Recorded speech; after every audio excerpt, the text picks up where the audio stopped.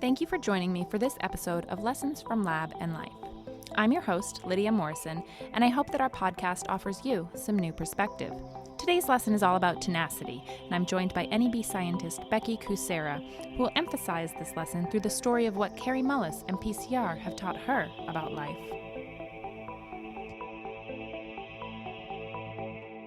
Today, I'm joined by Becky Kucera, Applications and Product Development Scientist at NEB. Thanks so much for speaking with me today, Becky. Thanks for having me. So, could you please tell our listeners how long you've worked at New England Biolabs?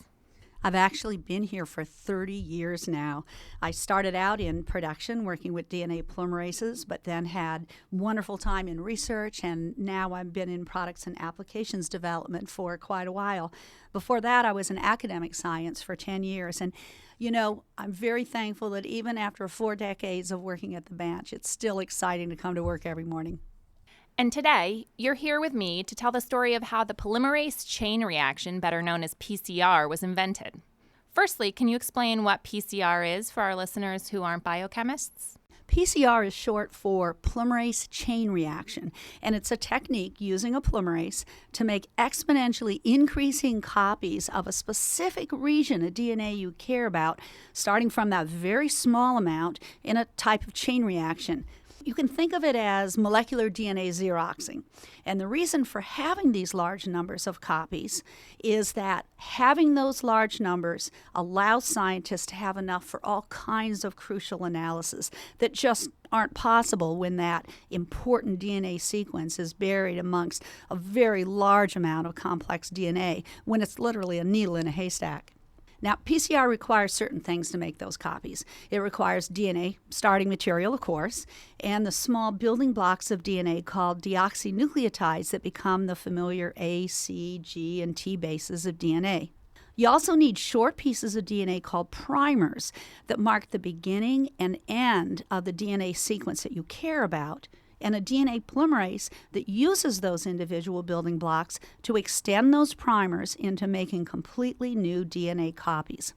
Now, this isn't all done at once. Instead, PCR uses about 30 cycles of switching to temperatures that favor double-stranded DNA to literally be pulled apart, allowing the primers at a different temperature to anneal to what is now the single-stranded DNA at the beginning and end, and then the polymerase finds those primer ends and reads the template strand and expands that primer into a full copy of that DNA template. So where once there was 1 copy of, say, a gene, now you have 2. And the next cycle, you have 4 copies, and then 8 copies, and then 16 copies, and on and on. It's such a powerful technique because this doubling with every cycle means 10 cycles will take 1 copy and turn it into 1,000. 30 cycles turns it into 1 billion. That's an incredible, powerful technique and absolutely is a chain reaction on a molecular level. And how was PCR used over the next 20 years or so? Well, it was very interesting. The research community responded so quickly to the potential of this technique. It was put to work in so many different ways, and it was really, really exciting time. It allowed medical diagnostics. It allowed research focusing on specific gene mutations that were linked to certain diseases in the research labs. It even increased food safety because for the first time we could identify easily bacteria or fungal contaminants that are on the surface of foods that are detrimental to human health. It even gave us information on the history of life itself, because all of a sudden we had a way to make copies and sequence the DNA from such ancient animals and plants preserved in amber that had been unavailable to us as they sat in that amber for hundreds of millions of years. And PCR also became a powerful tool in forensics, leading to the apprehension of a lot of bad guys, also to ending false imprisonment of people who were innocent. In fact, I remember one of the earliest crime-fighting cases solved through PCR tied a suspect in an Arizona murder case to his victim's body that was found under a Palo Verde tree in California through PCR that was done on seed pods from the tree that fell into the bed of his truck. Have there been any further developments to PCR? Oh, absolutely. Science never stands still. For polymerases, what came next was a discovery of very accurate so-called proofreading DNA polymerases that made fewer mistakes when they were making those DNA copies, and then mixes of DNA polymerases, each having its strengths and weaknesses, and functionally they would complement each other in a positive way during PCR. Then came specifically engineered DNA polymerases, where changes in a gene would be designed to alter the amino acids making up the polymerase in a very specific way to gain a certain functionality that was sought. Now, in addition to changes in DNA polymerases, there were also changes in the process itself. PCR developed into qPCR, sometimes called real-time quantitative PCR, that allows exact determinations of how much of the certain DNA sequence is present. And this can be very useful when the level of an infectious agent's DNA, like a bacterial cell's DNA, correlates with the seriousness of the disease. And also, digital PCR was the last development, and that detects low abundance DNA variants to be detected amongst a vast excess of DNA having the normal sequence. So imagine this. A medical researcher could find a small amount of DNA released from a single dying tumor cell in a person's bloodstream, even when it's pretty much a needle in the haystack again in terms of all the normal sequence DNA around. So this is a really hot area right now in science, as you can imagine, as it would be so great to be able to screen for many different serious health challenges from a single, easy-to-obtain blood sample, early enough for effective treatments to be started. So what are the events that came together to enable the development of PCR? Well, like most things, it did start with a great idea, in this case from the mind of Kary Mullis, but it rose from just a useful technique to a useful technique that was found in every molecular biological lab in the world because of two additional things. A wonderful heat-loving polymerase called Tack DNA polymerase from a bacterium that flourished in the hot springs of Yellowstone, and a piece of equipment called a thermal cycler. So it was mostly a good idea, but also a hot springs enzyme and a new laboratory device. So I've heard a lot of stories about Kary Mullis. Can you tell us how he came up with the concept of PCR? Kary is a very charismatic individual, according to anyone who has been able to meet him, and he related the story of PCR's discovery in a really entertaining article in an issue that was published in Scientific American in 1990. It's really kind of become kind of a legend since then. The story goes he was working in the San Francisco area back in 1983, and on weekends he would regularly drive his little Honda Civic up to Mendocino County, Redwoods area to kind of get away from the lab and relax a bit, recharge his batteries. One late night, as he was driving up Route 101 with a friend named Jennifer on a very familiar stretch of road with little traffic, his mind wandered into the current lab project challenges he was facing, where he needed a way to identify what nucleotide was present at a certain position in a person's genomic DNA. And remember, this was way before genomic DNA sequencing was possible. That would come much later. For Kary, the early ideas of PCR started coalescing in his mind so suddenly he actually pulled over to the side of the road to focus on the mathematics of that DNA copying without getting in an accident. And when he realized the process could theoretically lead to millions and billions of copies, he woke Jennifer up and enthusiastically told her about his idea. And Jennifer was reportedly not impressed at being awakened in the middle of the night and promptly went back to sleep. But he was persistent. The following Monday, back at the lab, his colleagues were also skeptical, but he just didn't let it go. Instead, he put all of his energy into designing the early PCR experiments that would prove the method worked, which they eventually did in a very clear-cut manner. And even at later scientific meetings, when he would describe his theory of PCR and actually have early experimental data to back it up, the discussion still didn't go well. Sometimes, allegedly, it came close to actual physical altercations. And you have to understand that this is not how scientists are supposed to behave, who are supposed to be always rational and show respect for the ideas of others. And one can't help but wonder whether part of the problem was people thinking, if it was that simple, why wouldn't someone else have already discovered it by now? And after facing such harsh criticism of his new idea, what attributes of Kary's personality do you think led him to be able to continue his efforts to win over the scientific community? Kary absolutely believed his data and was extremely tenacious. Some might say arrogantly stubborn in believing in that idea and his data that came from his early experiments. His tenacity was such that when he was met with the skepticism of others and outright rejection in some cases, it just didn't stop him. The second event you mentioned was the discovery of Tack DNA polymerase. Can you tell us a little bit about that? Early PCR required a person to stand by and add a DNA polymerase called the Klenau fragment with each cycle because the high temperatures that you needed earlier in the cycle to pull that double-stranded DNA apart would heat and activate or kill the polymerase. Standing by and manually adding fresh enzyme in every cycle became very, very tedious. It quickly became clear that what was needed was an enzyme that could handle the high temperatures of PCR.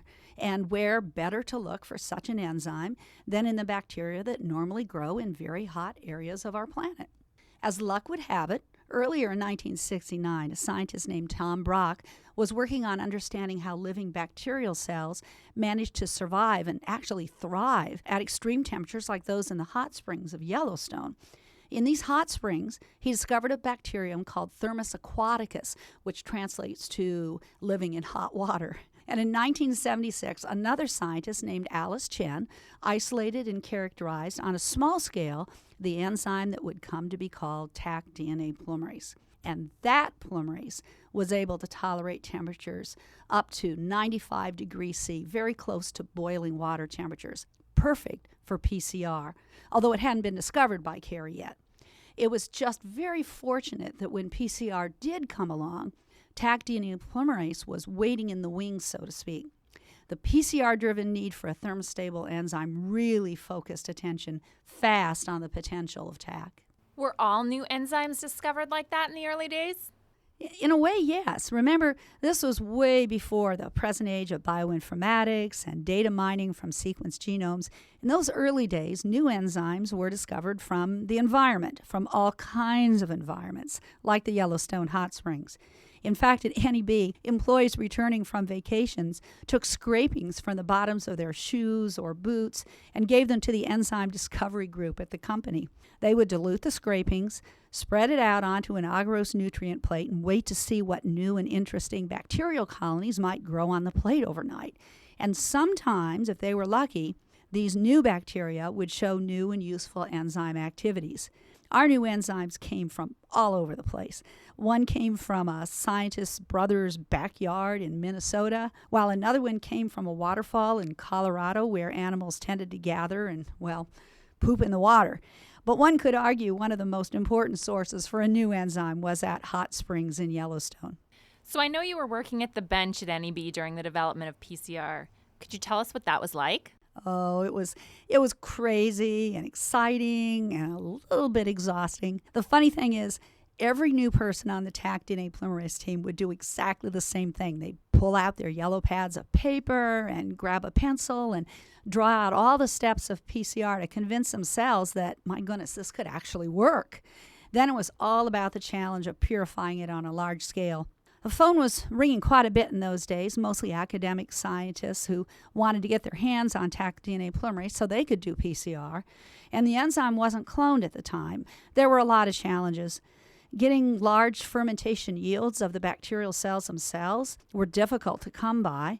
Plus, there were no easy ways to purify the polymerase on a large scale, even if you had the cells. Scientists worked oftentimes way past midnight and weekends. And I remember one Christmas where 3 of us were at the lab joking that this wasn't exactly where we expected to be on Christmas Day. You see, nowadays the purification of enzymes from bacterial cells is more straightforward, but it wasn't back then. And purifying any one enzyme requires a way to separate that enzyme from the hundreds of other enzymes and cellular material present in any bacterial cell. So little was known about all the individual enzymes that were attempting to be purified at the time that oftentimes it was just a matter of trying one thing after another. which would be pouring lysed or broken open bacterial cells over a material packed in a cylinder. This would be called a chromatography column. And hopefully that chromatography material would bind your enzyme while everything else flowed through the column, allowing you to then add something like high salt to release your enzyme from the column, and you would have achieved a level of purification from that single chromatography step. And for any one enzyme, it would take 2, 3, 4 columns all the way up to 10 or 15 to get an enzyme like Tack polymerase purified enough for PCR applications. But we did it. In March of '87, New England Biolabs was the very first company to have Tack DNA polymerase available to scientists. And believe me, it took a village to accomplish that. The need was so great that sometimes there was just one day between one batch of polymerase being sold out and the next batch passing quality control. We all worked very hard, but looking back on it, I think we really benefited from a sense of real camaraderie that occurs whenever people are working together on a common goal. It must have been so amazing to be a part of that team. It certainly was. I enjoyed it. So that was how the first naturally occurring thermophilic DNA polymerase became available for PCR. How did that lead to a race to develop and produce a recombinant form of the enzyme? Well, to answer that question, we need to understand why you want to clone an enzyme in the first place instead of just using the one produced from its natural source. And the answer is to gain convenience and reliability. Not all species of bacteria can be easily grown in the lab, either because the right nutrients aren't identified, or they're there but at the wrong levels, or the oxygen level isn't right, or the temperature needs are extreme, like that of Thermus aquaticus. However, there's one bacterium that is well characterized, well behaved, almost always, and has become the real workhorse of molecular biology. And that bacterium is Escherichia coli, or E. coli for short. This is a laboratory strain derived from the harmless E. coli found in the intestinal tract of all warm-blooded animals, including humans. Now, E. coli for lab use has also been intentionally weakened in such a way that it can't grow outside of the laboratory environment. And this gives us an extra level of safety. And while we're talking about safety, it's important to realize this is not the 0157H7 strain that sometimes makes the headlines for making people seriously sick. That strain of E. coli only became dangerous because it was infected by a virus called a bacteriophage that incorporated its gene for a really bad toxin into the E. coli bacterium. Cloning any gene into E. coli allows us to have this very reliable bacterial strain do all the work of transcribing the cloned gene into messenger RNA and translating that RNA into the protein, in this case, the enzyme Tack DNA polymerase. So all we have to do is harvest the bacteria and purify the enzyme. And since E. coli reproduces by one cell, dividing into two every 20 minutes or so, its own kind of chain reaction, a single cell can lead to 1 million cells within 7 hours. So not only does it grow fast, it isn't fussy in terms of the nutrients it needs to grow. They're not expensive. They're not complicated. It doesn't care whether oxygen is present or not, and it grows at a much more reasonable temperature of 98.6 degrees Fahrenheit body temperatures. This is in contrast to Thermus aquaticus bacteria that requires a temperature around 176 degrees Fahrenheit, which is hard to maintain in a laboratory. So there are some very, very good reasons everyone wanted to clone Tack polymerase, and that particular race was won by Francis Lawyer at CETUS in 1988. The last element you mentioned that brought PCR to fruition was the development of the thermocycler. Can you tell me about the impact that invention had?